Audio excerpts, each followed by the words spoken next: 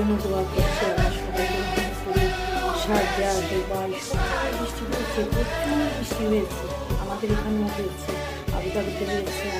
আমরা দোয়া করি আল্লাহ সবাইকে হেফাজত করুক, রহমত দান করুক, আল্লাহ সহি সালামতে রাখুক। আপনারাও দোয়া করবেন।